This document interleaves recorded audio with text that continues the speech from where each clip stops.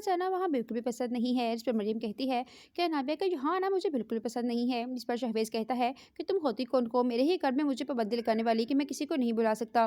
ये कहकर मरियम अपनी गाड़ी में बैठ जाती है और कहती है कि मेरे बाबा साईं का घर है, मुझे कौन होता है कोई वहाँ से रोकने वाला। जैसे ही शहवेज और मरियम बाबा साईं के घर जा रखे होते हैं तो रास्ते में शहवेज पर जानलेवा हमला होता है और उसे गोली लग जाती है।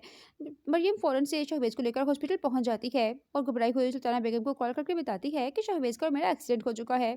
सुल्ताना बेगम फौरन से हॉस्पिटल पहुंच जाती हैं तो वहां पर सारा सच मरियम बता देती है कि शहवेज पर जानलेवा हमला हुआ था और उसे गोली लगी है। ये सुनकर सुल्ताना बेगम बहुत परेशान हो जाती हैं क्योंकि उन्हें लगता है ये सब कुछ अनाबिया ने करवाया होगा। लेकिन नाजरीन, अवैस की है इसने शहवेज पर गोली चलाई थी।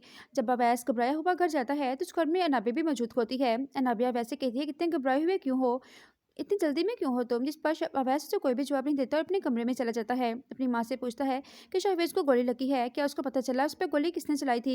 जिस पर खालिदा बेगम कहती है कि नहीं, लेकिन पुलिस इन्वेस्टिगेशन कर रही है और बहुत जल्द पता चल जाएगा कि शहवेज पर गोली किसने चलाई थी। ये सुनकर अवैस के पाँव तले जमीन निकल जाती है।